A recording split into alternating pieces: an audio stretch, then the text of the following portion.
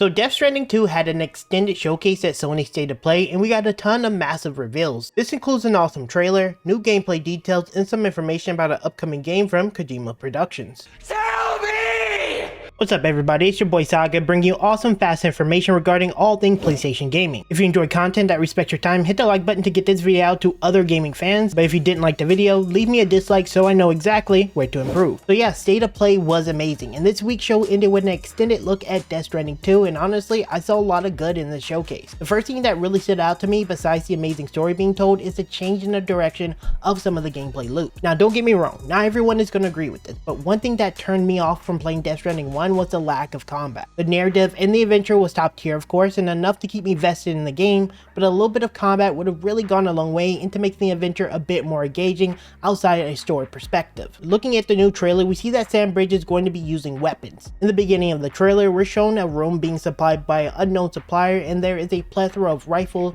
sidearms, and explosives in this room, which kind of begs the question, how much combat are we going to be seeing through the adventure? We also see a small clip of him using this rifle against a few enemies seemingly robotic in nature, which again is kind of leading me to believe that we're going to see a lot more combat focused in this one compared to Death Stranding 1. Cutting to a later scene in the showcase, we see Sam captured by Higgs. This is Troy Baker's character for those who are not familiar, and while he's in his custody, he's disarmed. So again, really putting a heavy emphasis on the new approach with weapons in the game. It's pretty obvious to me the team at Kojima Productions is shaking things up a bit by adding more combat focus to the game. I'm a big fan of this, but for my seasoned Death Stranding fans, let me know down in the comments what your thoughts are. Do you feel this is the right direction for the game, or should they stick with what Death Stranding 1 did so well? Moving on, the showcase was jam-packed with a ton of reveals about some of the story progression and the world to see. Some stuff was a bit graphic if I'm being honest, so I may refrain from showing that kind of stuff.